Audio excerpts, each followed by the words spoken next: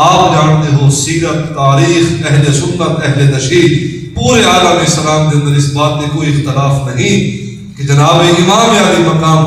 آپ نے اللہ اکبر قرب و بلا کے اندر نہ سجدے قضا ہوئے ہیں نہ قرآن کے تلاوت کے اندر کمی آئی ہے. اور آپ یہ سیرت کو بھی بات پڑھ سکتے ہو، تاریخ کو بھی بات پڑھ سکتے ہو. میرے امام نے کربلا کے اندر اگرچہ کہ پانی بند ہویا تیمم کر کے نمازاں دی ادائیگی جاری اور ساری رہی ہے، قرآن کی تلاوت کا معمول جاری اور ساری رہا ہے. مدینے تو چلے ہیں مکہ آئے، مکہ تو چلے ہیں دشت کربلا آئے، میرے امام نے سجدے بھی قضا نہیں ہوئے، میرے امام نے قرآن کی تلاوت کا بھی قضا نہیں ہویا. 1500 سال بعد ان اصولوں کے آج بھی عمل ہوتا ہے. یونیورسل ٹروتھ ہے گیا کوئی جتنا طاقتور بھی ہوئے ملک تو سپر پاور بھی کیوں نہ ہوئے، وہ بھی آبادی نو ہوتے جتنے یعنی لوگ رہتے ہیں حملہ نہیں کر سکتے. یونیورسل ٹروتھ ہے گیا لڑائی کے اصول اس بزم کائنات کے اندر جو سب تو پہلے انسانوں کو انسانیت کا درس دیتا ہے اس ہستی کا نام جناب محمد مصطفیٰ ہے. وہ تعلیم دیتی ہے کہ لڑائی کے اندر بھی کوئی اصول و ضوابط ہے. اور حضور نے ارشاد فرمایا فتح مکہ والے دن حدیث بخاری حضور نے ارشاد فرمایا جڑا تلوار رکھ لے اس دے نال لڑائے گئے، جڑا امان منگے انہوں امان دے دے، چھوٹے بچے دوتے ہیں جڑی بالغ بچہ نہ ہوئے انہوں قتل نہ کرے انہوں مرائے کوئی نہ. میرے پاک نبی علیہ السلام کی تعلیم میں نبوت ہے. لیکن شریعت کے پاس وانگو امام نے جڑے دستور اصول بنائے ہیں آج اسے شریعت کے پاس وانگے گھر دوتے. اللہ اکبر جب قتل و گری اور قتل و گردی جب شروع ہوئی ہے تو سارے اب اصول و ضوابط ختم کر دیتے گئے ہیں. بزرگان کی بزرگی کا لحاظ رکھا گیا، بچوں کی معصومیت کا لحاظ رکھا گیا. اور اللہ اکبر اہل بیت رسول صلی اللہ علیہ وسلم کے گھرانے کے مقدس نفوس گلشن نبوت کے کلیاں انہوں نے حرمت پمال ہوئی ہے. تو جنگ و جدل کے اندر بھی اصول و ضوابط ہر دور کے اندر رہے ہیں. لیکن کرب و بلا ایسی لڑائی ہے کہ جس کے اندر انسانیت نام کی کوئی چیز نہیں دیکھی گئی. جناب حسین بن علی رضی اللہ تعالیٰ عنہ نے حضرت حبیب بن مظاہر میں ارشاد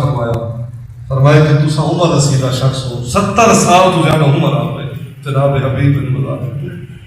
یہ تو فقط آئے ہم نوکریت کرنے واسطے اور اہل بیت رسول صلی اللہ علیہ وسلم نے حضور اپنی خدمت اور عقیدت کے نذرانے پیش کروا.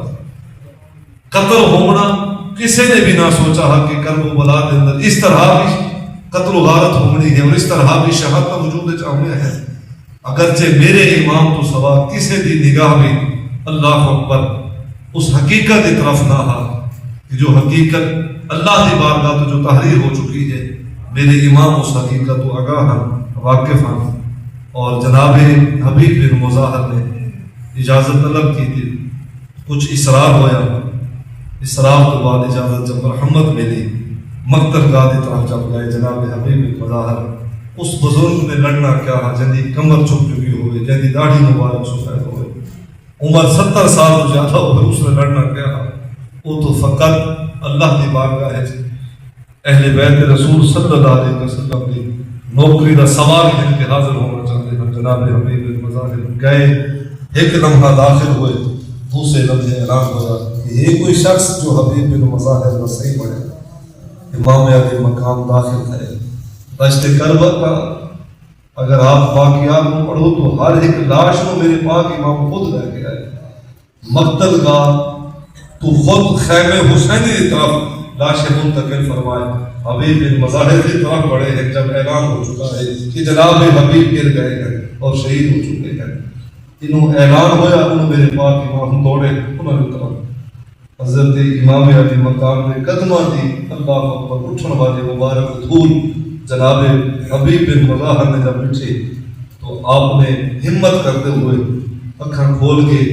اور آخری ساتھ اور لڑکھڑاتے ہوئی سبحان اللہ دی جملہ لایا، اے نبی دا نواسا ترے جی دا پیاسا حسین بن علی دست صحیح کے نوکر دی نوکری نو قبول کیتا ہے کوئی نہ. تو جناب امام علی مقام نے ارشاد فرمایا کہ حبیب میں بھی راضی ہاں، میرا بابا بھی راضی ہے اور جناب محمد مصطفیٰ حسین کا نانا بھی دل ہوتے راضی ہے. اس بات کے اندر کوئی شک نہیں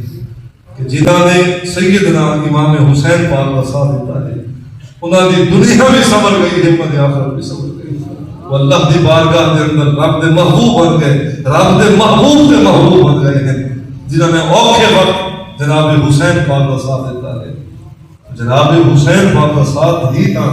میرے پاک نبی علیہ الصلوۃ والسلام کی رضا خوشنودی کا ذریعہ ہے۔ تو جناب اہل بیت رسول صلی اللہ علیہ وسلم نے بھی شہادت اسی طرح ہویا جس طرح عوام و انصار بھی دھرتی دے نام قتل کر دیتے گئے۔ کرب و بلا کے اندر مورخین لکھتے ہیں کہ اہل بیت رسول صلی اللہ علیہ وسلم کے نال یہ سلوک ہویا کہ شہید کرن تو بعد انہوں نے گردنا تن تو جدا کر دیتے گئے۔ یعنی اتنی نفرت کے نال، اتنے غصے اور نفرت کا اظہار کرتے ہوئے انہوں نے نال بعد شہادت بھی انہوں نے جسمہ دے نال یہ سلوک کیا گیا ہے کہ سر تن تو جدا کیتے گئے۔ صرف امام پاک کا سر تن تو جدا نہیں ہویا، امام پاک کے بیٹیاں دے سر بھی تن تو جدا ہوئے گئے۔ جناب سیدنا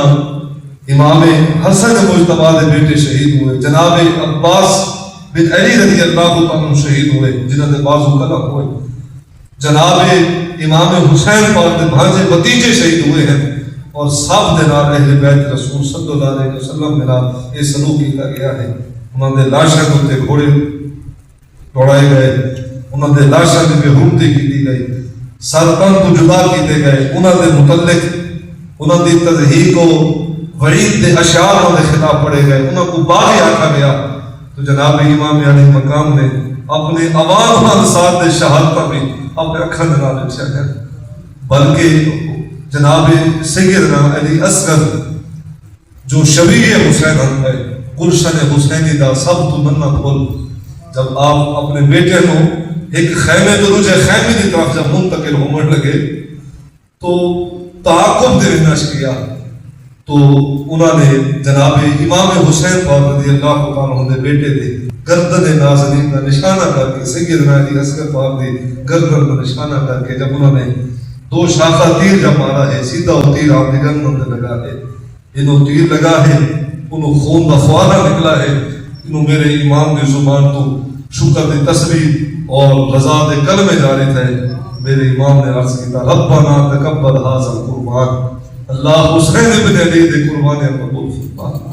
مالک حسین بن علی رضی اللہ تعالیٰ عنہ نے اپنی جان بھی تیرے حضور قربان کر دیتی ہے، اپنی اولاد اور مال بھی تیرے حضور قربان کر دیتا ہے۔ جناب اسماعیل نبی علیہ السلام اور جناب ابراہیم علیہ السلام نے جو قربانی اللہ کے بارے میں کی ہیں، اللہ نے وہ قربانی قبول فرمایا۔ قرآن مجید کے اندر اللہ نے ارشاد فرمایا قد صدقت رؤیا انا کذالک نجزی المحسنین، فرمایا کہ ابراہیم تو بھی سچا ہے، جڑا خواب نے لکھا ہے تو وہ خواب کو بھی سچا کر دکھایا ہے۔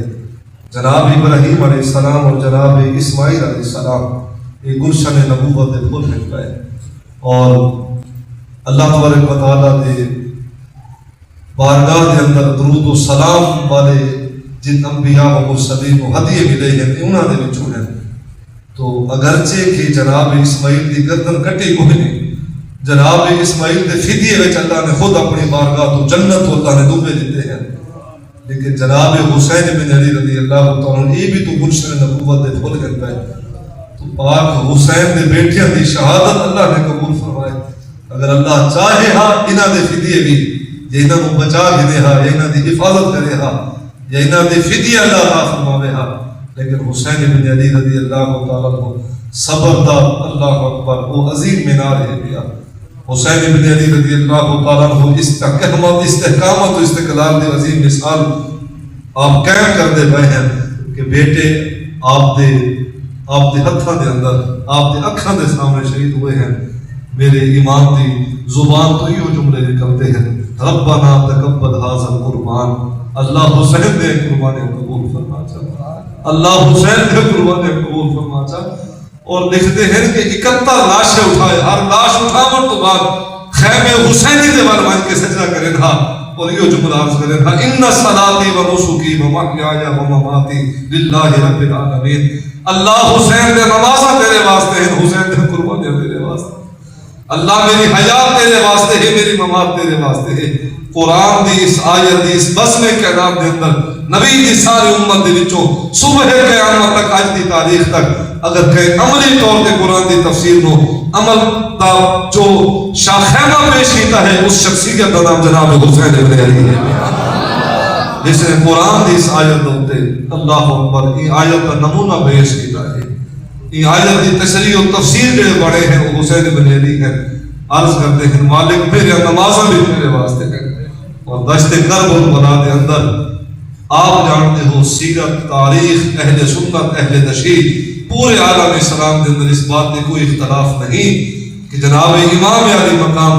آپ دے اللہ اکبر کرب و بلا دے اندر نہ سجدے قضا ہوئے ہیں نہ قرآن میں تلاوت دے اندر کمی آئی ہے اور آپ اس سیرت کو بھی بات پڑھ سکتے ہو تاریخ کو بھی بات پڑھ سکتے ہو میرے امام دے